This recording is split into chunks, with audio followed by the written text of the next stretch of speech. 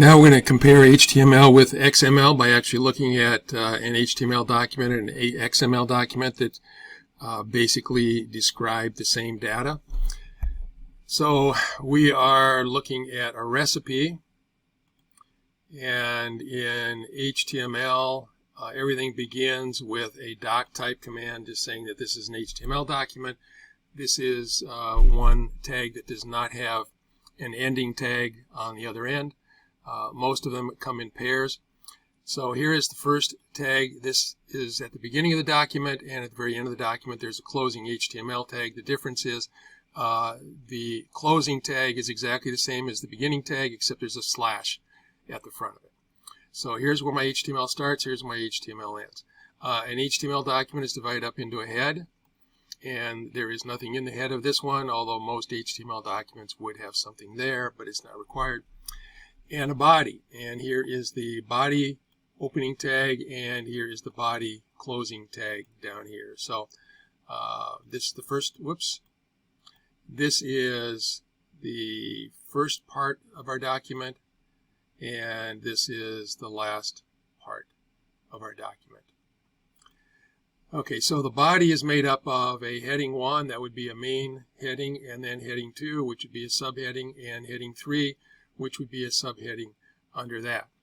And then we just have some ordinary text, which does not have any tags around it at all.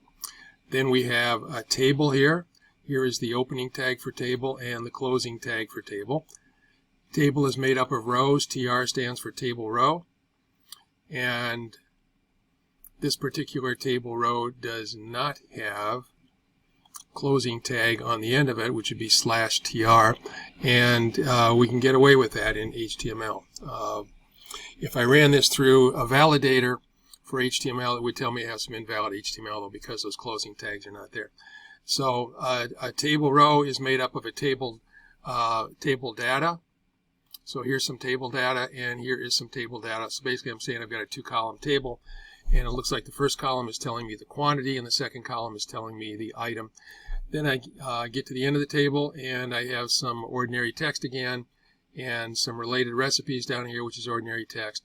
And then I've got what's called an anchor tag. That's what the A stands for, and it is a hyperlink. The pound sign at the beginning means it's a link to another page in this same document. It's not linked to another document someplace else. So what we're going to do is we're going to take this document here, we're going to take the entire thing, and we're going to copy it. And you notice I accidentally changed it to italics while I was going through this, but that doesn't really matter. So I'm going to copy it. I just copied it there. And now what I want to do is I want to flip over to Notepad, and I want to paste that in. You'll notice a couple of things when I paste it in. It's no longer italic. It's no longer green. It is not the same font. No matter what I paste in here, it's always going to be the same font. So this is my HTML file. It's ordinary text now, and what I want to do is I want to save it. So I'm going to save this on my desktop.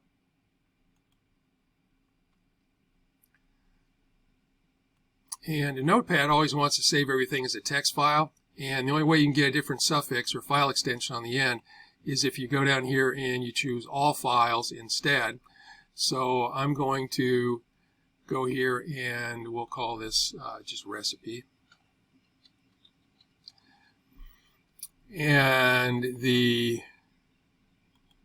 what I want to put on the end is .htm.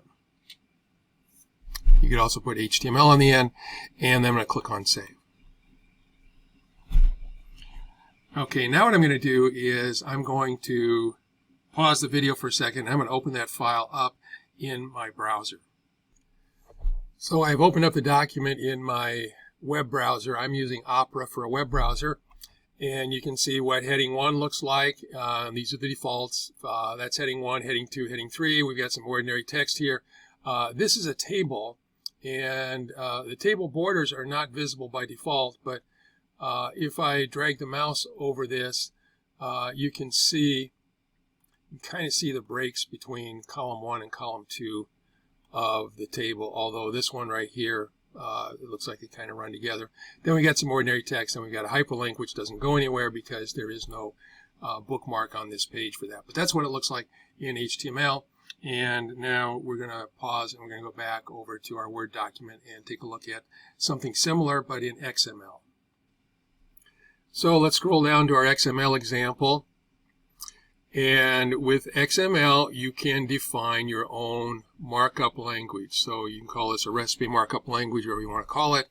It doesn't really matter, but this is the same data. We're changing the first line here. We're making up a recipe tag with two attributes, an ID attribute whose value is 117 and a category attribute whose value is the word dessert. And there is a closing recipe tag down here at the bottom. So I know that what's between here and the bottom one is going to be one recipe.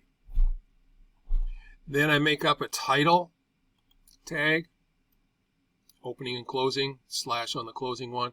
I make up an author tag, opening and closing, and inside that I've got an email tag for an email address. Then I have a date tag that I made up, a description, which is what this is. I've got an ingredients tag here. My ingredients are made up of items, so here's the beginning of an item, and here is the end of an item.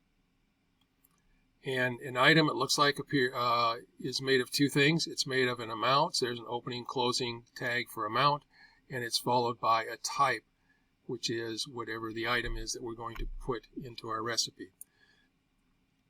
So these are all tags that we can make up. We could change them to anything we wanted, as long as they follow the rules and you've got an opening tag and a closing tag that match.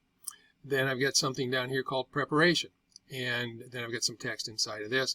And then I've got a tag down here I made up called related, and it has one attribute called URL. Its value is # garden quiche, and then the text that's in between is garden quiche. So some differences here. You can make up the tags that you want, absolutely anything you want, as long as whatever suits your needs. And it's used to describe the structure of the document, and this I think does a better job of describing the structure of the document than the HTML one did. And there's nothing in here that says anything at all about formatting. So what we're going to do with this one is we are going to do the same thing.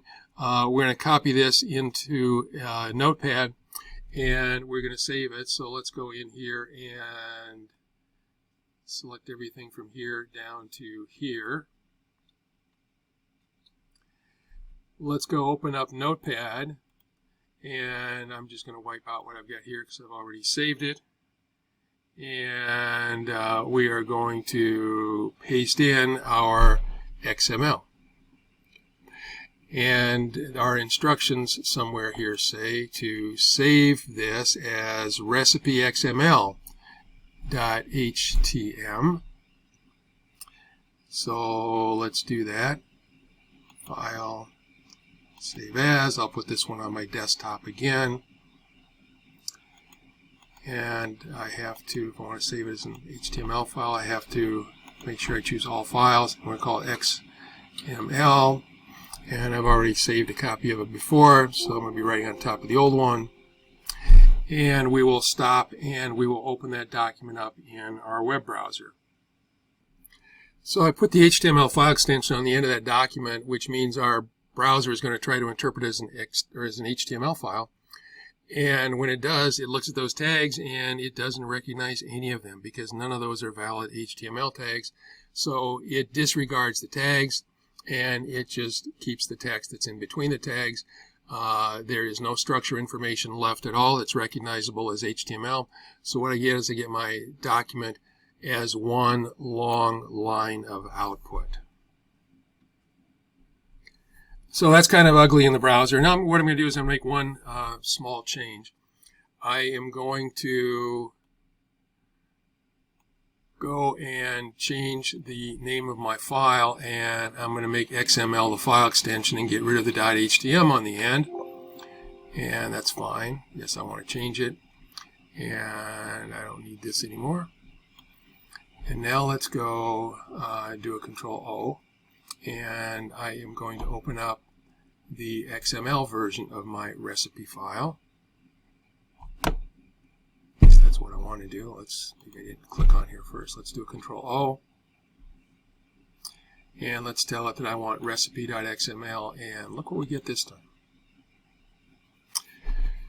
It turns out that the browser actually does know a little bit about XML. When it sees the file extension of XML, then it knows that the tags are made up, but it also knows, it can tell when tags are nested within one another. For example, item is nested within ingredients, so we've got item, item, item, item, and inside of item we've got two things nested. We've got an amount and a type, and so it formats it.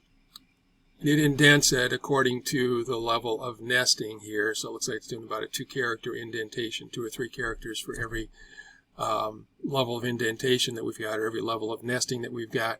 And it shows us our document nicely formatted. It looks even better than it did in the original document. So it's nicely formatted as an XML document. And it also has these little arrows here, so you can collapse it or expand it as you want to. So if I don't want to see all that item, I can expand it or collapse it. So browsers do know a little bit. It does say up here this does not appear to have any style information associated with it, and it is showing us the document tree. Okay, let's stop there, and we will continue in the next video.